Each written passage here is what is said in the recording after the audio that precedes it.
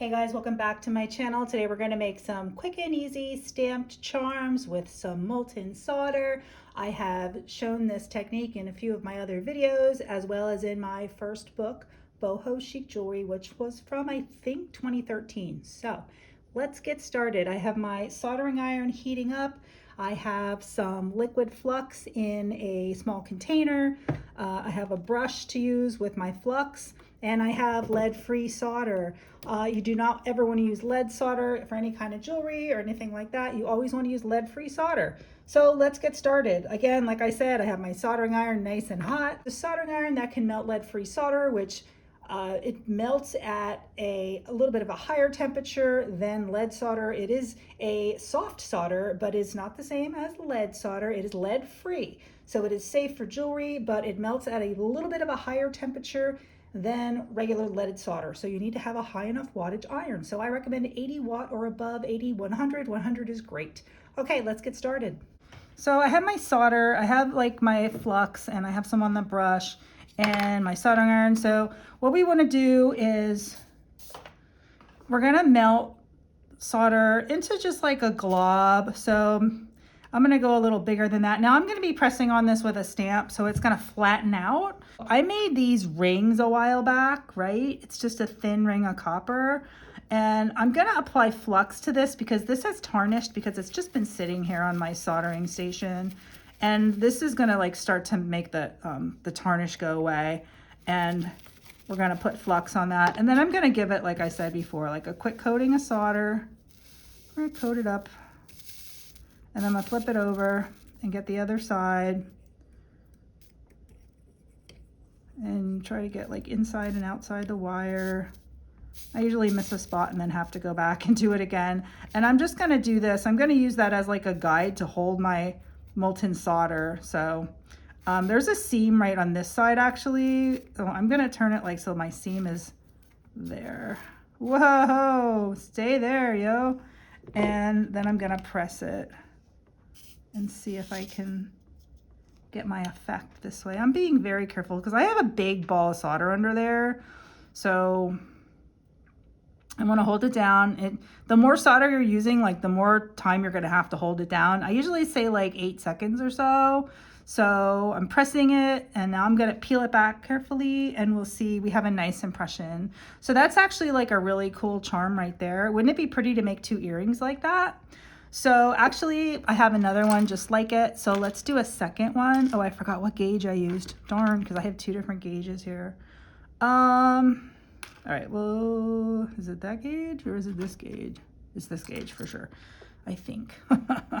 All right, so let me close my ends first of all. You want your ends kind of touching there. Okay, so I'm gonna put flux on there, a little dry. There we go. And I'm gonna hold it and I'm just gonna tin it, which means giving it a thin coating of solder like this. And then I'm gonna flip it over and I'm going to get the other side all tinned up. Make sure I have enough. I use a lot of flux, as I say. You know me, you know. Use a lot of flux. Okay, so there's that.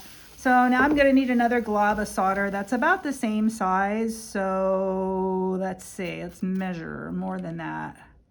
That should be about right. I'm gonna set this one aside so that it doesn't like run into that one and get ruined. So I have that, and then I have my rubber stamp already. And let's see, am I in screen for you? Let's move over. There we are. So I'm gonna turn it like that way. Hopefully I can get twins because sometimes it's hard to make 2 the same. Then you'll never know how they're gonna turn out. So maybe I won't make earrings. Maybe they'll just be charms. Just hold it for another couple seconds. Yeah, you want to be really careful. You don't want to burn yourself. You always want to wear safety glasses, work in a well-ventilated area. You should have a fume extractor on your workbench if you're soldering. If you're new to it, I definitely would say take that extra, go the extra mile and take extra safety precautions. Okay. Almost. That one, the first one turned out perfect. Oh my goodness. Let's try this again. Come on. Come on, guy. All right, let's try.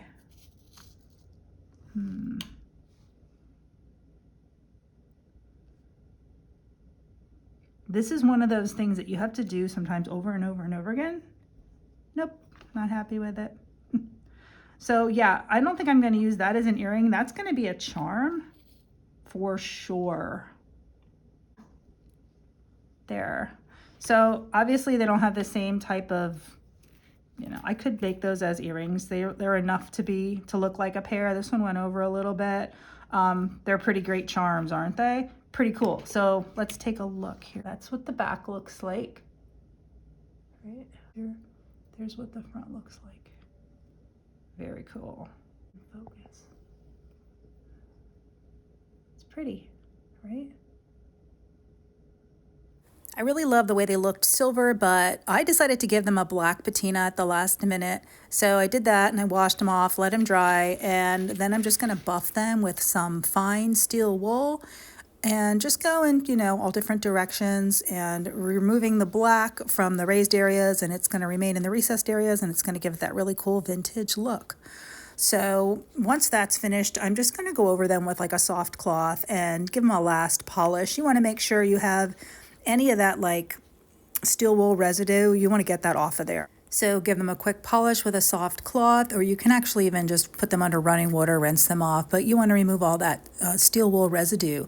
And look at those dirty fingers, but look at our charms. Aren't they awesome? They're so pretty. And I really buffed them a lot. I wanted to remove a lot of the black and just leave a little bit in, like I said, those recessed areas. That's my project for you today. And it is similar to a project that is in my second to last most recent book, Soldering Iron Jewelry. So be sure to check that out if you haven't already. Again, thank you so much for watching. Don't forget to subscribe. If you like this video, please give it a thumbs up, and I'll be back soon with a new video for you. If you have any comments, leave them down below. And don't forget, I always list my materials and my tools down below in the description below the video.